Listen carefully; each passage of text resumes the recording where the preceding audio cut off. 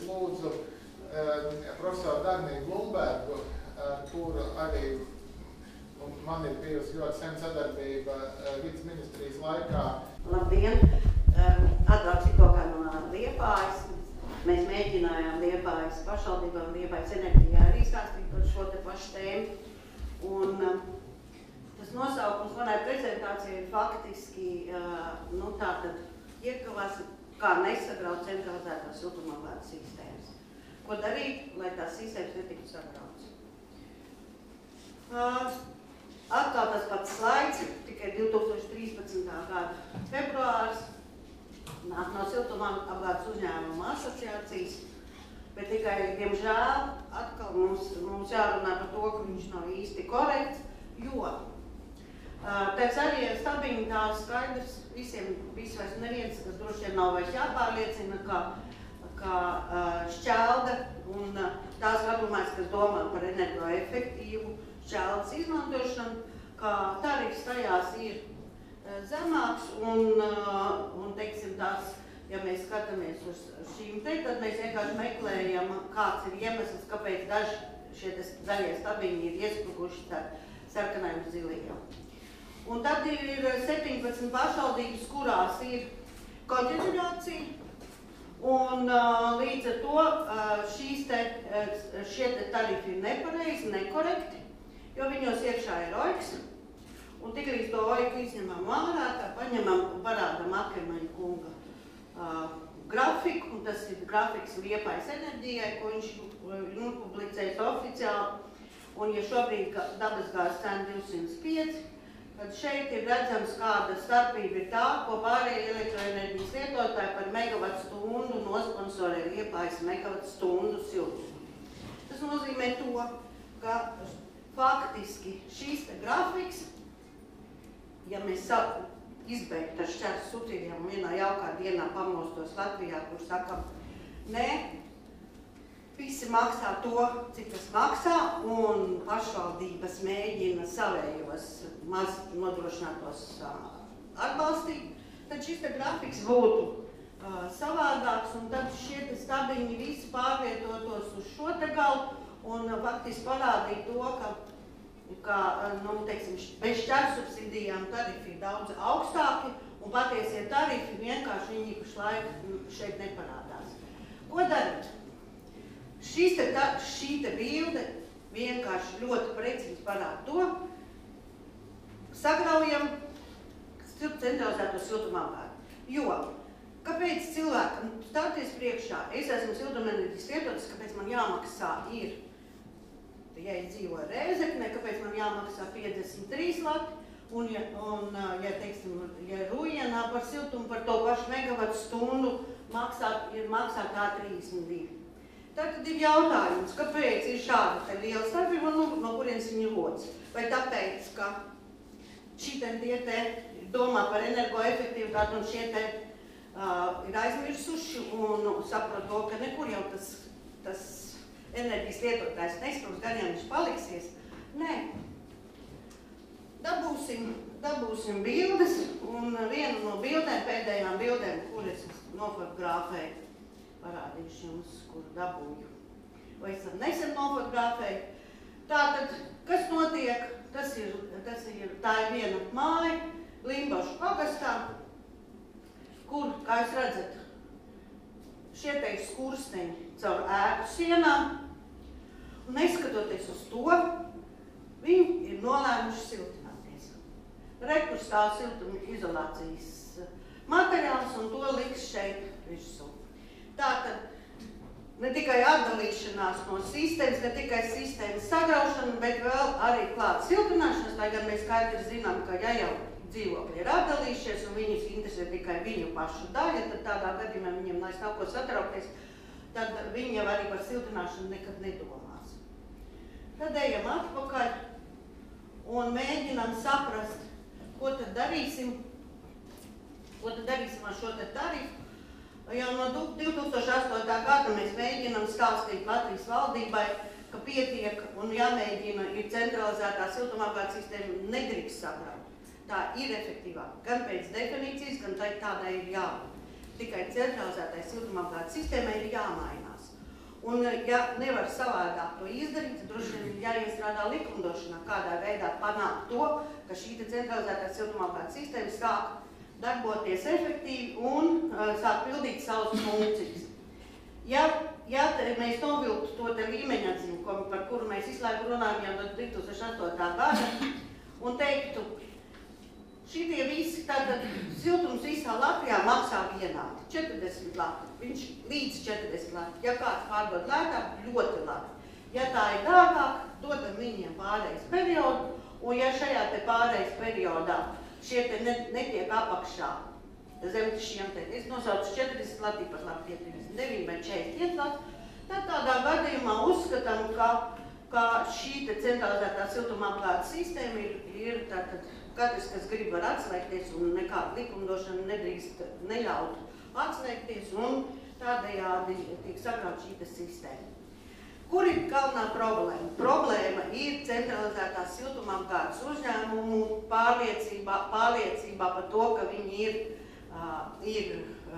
viņi obligāti eksistēs un viņi obligāti drīkst dzīvot tā, kā vajag, tā, kā viņiem gribās, un ka noteikti šo te siltumu visi pirks. Un tā ir tā pati galvenā problēma, kas ir faktiski, kuru sen jau ir pārslimojis piemēram Rīgas siltums, kurš ir sapratis, ka par klientiem jārūpējas, un par kuru domā ļoti daudz. Tātad, no kā ir atkarīgs siltumenerģijas tarifs?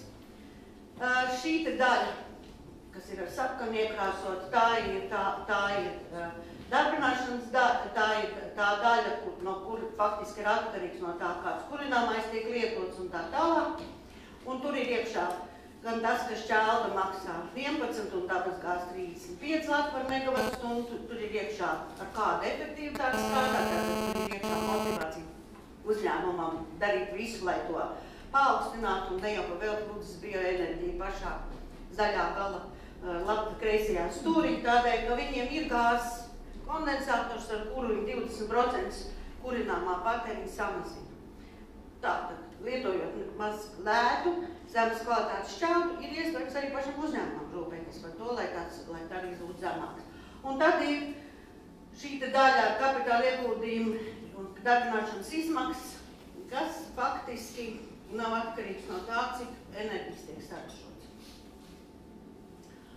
Par to, cik maksā gāze, ir neliels absurds iestājies šobrīd, ka dabasgāzes cena ir augstāka nekā elektroenerģijas cena, ko valsts var nopirkt tirgu, un līdz ar to tas arī nes līdzi ar nepatikšanas, bet šis ir Anželas grafiks, ko viņi droši vien šodien jums rādīja, un tas, ko mēs gribam pievērst uzmanību, ir šis te 1,5% no gala enerģijas ietaupījuma mērķis. Vai tas ir sasniedzams? Es teiktu, angļu valodā īsi, bet tikai jautājums, kā viņš šī te motivācija un kā to izdarīt. Un, ja iet runa par rotācijas fondu, tad tas ir vislabākais veids, kā neko nesasniedzot, vienkārši ielikt tarifā vēl 1,5 reiz 2, 3% klāt tarifā no tā, ka būs šis energoefektivitātes pasākums. Protams, ka ir jābūt iespējai, ka siltumapgādes uzņēmumi kļūst draudzīgi saviem lietotājiem un sāk par šīm lietām rūpēties, un tie, kuri izvēlas, un viņiem ir jābūt izvēles iespējai, ka uzņēmums, kurš ir gatavs nodarboties ar energoefektivitāti enerģijas patērētāju pusē, ka šis uzņēmums ar to nodarbojas un sasniedz rezultātu. Vai rezultātu var sasniegt viegli? 1,5% noteikti. Tas ir tikai energo pārvaldības jautājums. Tas ir jautājums, kad kādu uzņēmumu sāk nodarbot, neliek iekšā investīcijas, bet vienkārši nodarbojas ar to, ka sāk vākt datus un mēģina saprast, ko tā māja ir darījusi un kāpēc tas patēriņš ir tāds un ne citādāks. Tāpēc šīs tie 9% siltumenerģijas, ja mēs skatāmies uz siltumenerģiju, tad ekonomiju, tad es teikšu, ka 9% līdz 2020. gadam turpat nekādas lielas investīcijas nevajag. Tā pieredze, kas mums ir, ja ēkā ir energo pārvaldnieks, tad tas ir sasniegums rūpniecības uzņēmumam, to sasniegt var vēl ātrāk, es šoreiz runāju par siltuma enerģijas uzņēmumiem. Tātad vispār zināms lietas, jo lētāks kurināmais, jo mazāks tarifs, un jo vairāk saražo siltuma enerģiju, jo lētāks tarifs. Un tagad iznāk, ka viss ir otrādi. Jo tātad siltuma enerģijas patēriņš kritīsies, tātad tarifs jāceļ augšā. Protams, ar to jārēķinās, bet es jau jums iepriekš rādīju to, no kā sastāv tarifs, un, protams, ka darbināšanas izmaksas paliek tās pašas, bet, ja mēs runājam par kurināmā patēriņu, tad viņš būs mazāks, un tātad nevar uzreiz teikt, ka tarifs būs jāceļ augšā tieši proporcionāli. Tātad par viens piemērs, ja lai jūs saprastu, par ko ir runa, tātad siltumenerģijas patēriņš nosacīt vienā pilsētā 50 000 MWh gadā, un siltuma tarifs pieņemam 45 lati gadā, un ekonomija ir 4500 MWh 2020. Gadā. Es nerunāju par to, cik ir 2014. Tur pa pusotram procentam, bet tas, ko mēs gribam sasniegt līdz 2020. Gadam. Tātad, centrālās siltuma apgādes sistēmai ieņēmums samazināsies par 200 000 latu. Kur šie 200 000 latu aiziet? Siltuma enerģijas lietotājiem arī samazinās par 200 000 latu, tas, ko viņi maksā. Vai mēs varam abus divus lietot uzreiz tieši precīzi viens pret vienu? Protams, nevaram. Bet jautājums ir par to celt tarifu, un tagad iznāk tā, ka, ja ekonomikas ministrija saka, ka ieliekam to 1,5% kā nodokli, tad tur jau pacels tarifu. Un tad vēl seko šī te lieta, kur vēl vienreiz nāksies celt tarifu. Tāpēc šīs te lietas nedrīkst summēt, viņas faktiski viņam ir jāpanāk ar to, ka nevis nauda tiek novirzīta kaut kur kādas citas rotācijas fondā un kaut kur viņi tiek izlietota kaut kā, bet viņi jāizlieto tieši precīzi tai pašai siltuma apgādes sistēmai, lai no tā neiznāk, ka ir divreiz 1,5%, bet faktiski rezultāts ir 0. Un tāpēc ļoti svarīgi ir saprast, ka tas ir jautājums par to, kā nesagraut centralizēto siltumapgādes sistēmu un vienlaicīgi ieceļ tarifu, lai maksa par siltumenerģiju kā rezultātā nepieaugtu. Jo maksa par siltumenerģiju ir tā, kas faktiski, ja patēriņš samazinās, tad maksa var noturēt uz vietas, kaut arī tarifs aug. Tātad jautājums, ko darīt? Tas, ko rāda pieredze, ir tāda negatīva, un viņa ir negatīva tāpēc, ka šobrīd, tad, kad siltumapgādes uzņēmums darbojas neefektīvi, tad viņš aiziet uz pašvaldību un prasa, lai subsidē darbību, lai centrālā siltumapgādes sistēma nesaplūst. Ir ļoti svarīgi, ja eksistē vispār energoplāns, un ja te energoplānā beigās mēģina saprast, kas notiks ar pilsētu nākotnē. Un ja tik tiešām ir tādas vietas, kur centralizētā siltumapgādes caurļuvādas, teiksim, galā ir viens ļoti mazs patērētājs, protams, ka tas ir jālikvidē, bet arī būvējot tīklus, ir jādomā rekonstruēt tīklus, vai tas diametrs, kas bija, vai jāliek atpakaļ tāds pats diametrs un tā tālāk. Mēs pašlaik atrodamies krustcelēs.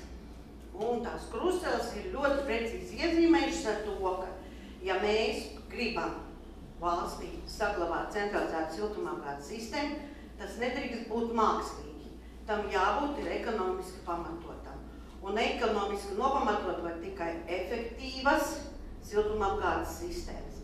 Tās centralizētās siltumapgādes sistēmas, kurās tarifs ir augsts, kur netaisās neko mainīt un neko uzlabot, principā mums ir jāpietiek spēkam viņas likvidēt.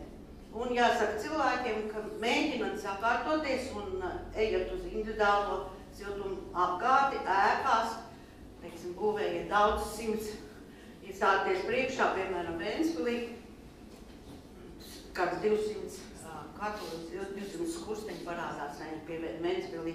tātad pilsētai, kurai ir ļoti zemes temperatūras, ļoti augsts temperatūras gradiens, tātad smogs nodrošināts. Un līdz ar to visas šīs lietas saliekot kopā, ir vienkārši jāsaprot, kā panākt to, lai centralizētās siltumapgādes sistēmas netiktu sabrauc, un tajā pašā laikā, lai tās nebūtu tās, kuras vienkārši šī gadījumā dzīvo no neattaisnotām subsīdijām un mēģina dažādos veidos izdzīvot tā, lai nebūtu jāmainās. Tātad tas otrs punkts ir izmantot inovatīvas tehnoloģijas esošajos energoavotos un samazināt tarifu. Tas ir jautājums par to, kāpēc ir katlumājas, kas darbojas ar lietības koeficientu 80%, 85%, 90%. Dabasgāzes katlumājas ir 92% lietības koeficientu. Jautājums ir, kā mēs vispār varam atļauties, ka tādas katlumājas mums ir, kur kurināmais maksā 3 reizes dārgāk, un vēl piedevām viņi neizmanto tos kondensācijas siltumu, kuru varētu izmantot. Un ja tas tā ir, tad, protams, ka ir jāatrod jautājums, kāpēc, kuras ir tās bagātās pilsētas, kuras to var atbalstīt. Tas inovatīvās tehnoloģijas, es arī šī gadījumā domāju par to, ka ir pienācis laiks paskatīties uz Dāniju, paskatīties uz Ziemeļvalstīm un teikt, jā, ir vietas, kur mēs varam uzstādīt efektīvus siltumsūkņus un efektīvus saules kolektorus. Un nevis katrai mājai atsevišķi un mēģināt šīs mājas atdalīt, bet kur siltumapgādes sistēmā integrējās šīs lietas, tāpat kā tas notiek ļoti daudzās valstīs. Ziemeļvalstīs, es domāju. Tātad piedalīties mazāk jaunam energoresursu avotu izbūvē, un tad ir nākošais jautājums piedalīties energoefektivitātes pasākumu realizācijā ēkās un mazināt maksu par siltumu. Tas ir jautājums par to, ka ēkas noteikti sakārtosies. Man ir viens piemērs, ko droši vien jau jūs esat dzirdējuši, jau to esmu vairāk kārtīgi stāstījusi. Biju Limbažos, no 70 daudz dzīvokļu ēkām 30 jau ir nosiltinājuši, 4 pašlaik siltinās, un tikai 3 ir paņēmušas Eiropas struktūra fondu. Struktūra fondu nav, vispārējais ir bez šiem te struktūra fondiem, bet 2 reizes lētāk. Un tas mērķis, kas ir sasniegts tas, ka Limbaži ir mainījušies izskata ziņā, Limbaži ir sakārtojušies un turpina sakārtoties, bet tas traģiskākais ir tas, ka no CO2 samazinājuma viedokļa nav viņa, jo Limbažu katlumājā ir koksne. Un ja Limbažu katlumājā ir koksne, tad Latvija nevar pierādīt, ka tas ir CO2 samazinājums. Tajā pašā laikā, ja mēs skatāmies uz to, kas tur notiekās, tas ir fenomens, kurš, protams, ir jāpēta. Un, piemēram, pirmām kārtām man šķiet, ka Rīgas enerģētikas aģentūrai ir jārīko tur 50, varbūt 50 semināru vienu pēc otru, lai beidzot saprastu, teiksim, kā iekustināt Rīgu.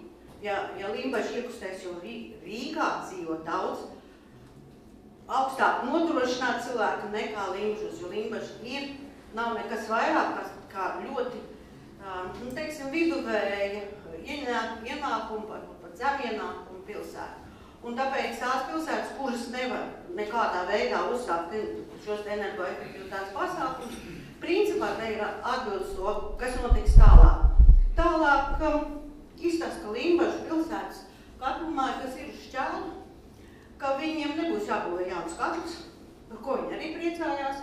Viņi varēs uzlikt šķeldā gāzes kondensācijas iekārtu un ar to vēl paaugstināt jaudu esošiem, un līdz ar to viņiem nav nepieciešams pamatīgs kapitāla ieguldījumu. Un tas pats galvenais jautājums par energoefektivitātes pasākumiem ir, ka paši Limbažu siltums arī nav neko darījis. Lai gan es personīgi uzskatu, ka šeit būtu bijis pareizi, ja paši Limbažu siltums būtu līdzdarbojies un palīdzējis ar padomiem un palīdzējis šīm te ēkām sakārtoties. 50% vienā pilsētā un Limbaži ir pēc savu lielumu, bet tādas pilsētas mums ir pietiekami daudz, tad tas ir iespējams, un tur nav nekādu sarežģījumu to realizēt. Tā par to, tātad tas, kā mēs redzam, to ir ka ir steidzami jāveido energoplāni. Bez energoplāniem nekas labs nebūs. Energoplānam ir jābūt tādam, ka tas tiek pirmām kārtām tiek ierakstīti pirmās prioritātes pasākumi, un tie ir energopārvaldības pasākumi. Un par energopārvaldības pasākumiem ir jautājums par to, kā tātad samazināt bez kapitāla ieguldījumiem, neguldīt iekšā neko, bet mēģināt pierunāt, ka viņi sāk pa nakti nevar vaļā logus, lai veidinātu sev, kad viņiem ir pa karstu, ka viņi mēģina saprast, kāpēc viņi vienu palīdz tērē vairāk, otru mazāk. Un pats galvenais ir motivēt daudz dzīvokļu ēku siltināšanu. Un tas ir pilnīgi vienalga, kurš to ēku siltina, bet ir ļoti svarīgi, ka tā ēka tiek nosiltināta un ka tiek sasniegts rezultāts. Tas ir pilnīgi vienalga, vai sasniedz ēku 50%, vai sasniedz 30% samazinājumu. Tad, protams, ka no iegūtiem viedokļiem pareizāk būtu tikt līdz 50% un maksimāli šo te enerģijas patēriņu samazinājumu. Bet tas ir jautājums par to, ka kur ņemt naudu, tātad ir šie te varianti par to, ka ir ESCO, par ESCO var kļūt siltumapgādes uzņēmumu. Tas būtu vispareizākais, jo tādā gadījumā ja profesionāļi uzņemās risku, tad arī viņi par šo risku atbild. Un tas ir ļoti svarīgi saprast to, ka mēs ļoti daudz varam izdarīt, ka tas vilnis atvelsies, Limbažu fenomens turpināsies citās pilsētās, tikai ir jāsāk ar informāciju un vienkārši jāpārauž jāizrāja no sasnieguma tie, kuri nekādi netiek uz priekšu. Paldies. Man ir jautājums. Jā, pāris jautājums. Par to pēdējo par motivēt daudz dzīvokļu ēku siltināšanu, vai tas ir tas pareizākais risinājums, jo tas, ko jūs iepriekš sākotnēji teicāt, respektīvi cilvēki siltinās ēkas, uzņemsies saistības bankā daļēji, uz 20-25 gadiem, pēc 10 gadiem pakalpojumu sniedzējiem samazināsies būtiski patēriņš, jo būs nosiltināts liels daudzums ēku, viņš cels tarifu, bet saistības joprojām paliks cilvēkiem. Vai nebūtu pareizāk, piemēram, Vācijas variantu ar pasīvajām mājām izvēlēties? Tātad, ja mēs būvējam jaunas ēkas, tad noteikti jābūt runāt par zem patēriņa ēkām vai pasīvajām ēkām. Un, ja mēs runājam par esošiem ēkām ir jānosildinās, tāpēc, ka energoresursu nelietēvīga izmantošana, tā ir vienkārši, es negribu teikt vārds noziedzība, vai es atvainojos, tas ir pa skaļi teikt, bet ir vienkārši jārēķinās, ka jātērē enerģija tieši tik daudz, cik viņi ir nepieciešami. Un tādā gadījumā, tad tajā gadījumā centralizētais siltumapgādes sistēmai ir jāpārkārtojas uz šo te jauno situāciju.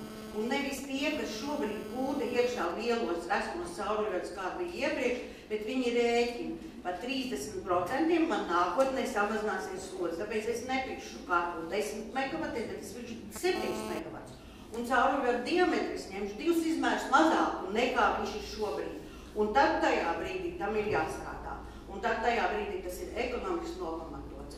Ja turpināsies tāpat, kā tas ir šobrīd, pēc iespējas lielāk cauruļvadi, katru uzliekam tādu, ka ja nu pēkšņi uzrod slodze uzradīsies, ja centralizētās siltumapgādes tarifs būs konkurētspējīgs ar visu citu, kas ir iespējams mājām. Bet kamēr viņš nav konkurētspējīgs, mākslīgi noturēt, tas nebūs iespējams, par to vispār nevajag debatēt.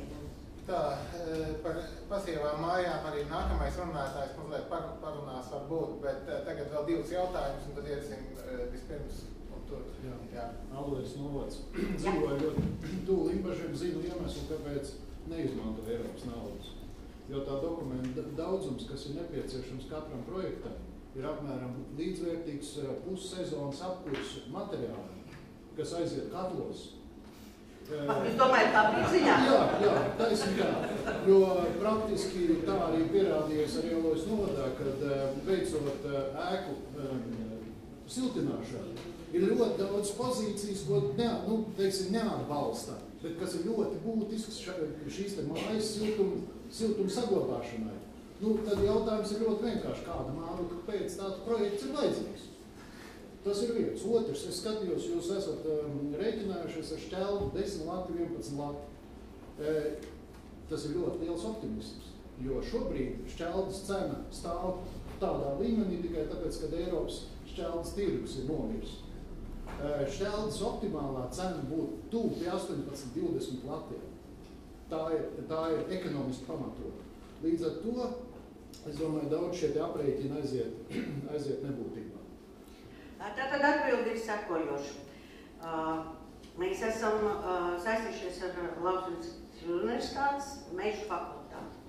Un Mežu fakultātes dekāns un zinātnieki, kas ar to nodarbojas, viņiem ir aprēķini to, kāds ir pieaugums un cik daudz notērē. Un ticiet man, ka tas, ko viņi rāda, un ja jūs interesēs, var pārsūtīt arī tos slaidus, ko viņi rāda cilvēkiem par to, kā mēs izmantojam esošo mežu bagātību. Ja to koku nenocētu un viņu nesašķelvo, tad tādā gadījumā viņš nokrīt, satrūd zemē, un tas CO2 vienalga veidojas. Un tāpēc mežinieki saka, izbeidziet, ākstīties un dedzināt gāzi, to viņi saka enerģētiķiem, jo šķelda vēl joprojām lielos daudzumos ir mežā. Pieredze no 1993. gada es darbojos, parādījās pirmie projekti ar Zviedrijas programmā, Zviedrijas valdības programmā, kur no mazuta un akmeņoglēm pārēt katlamājas uz šķeldu.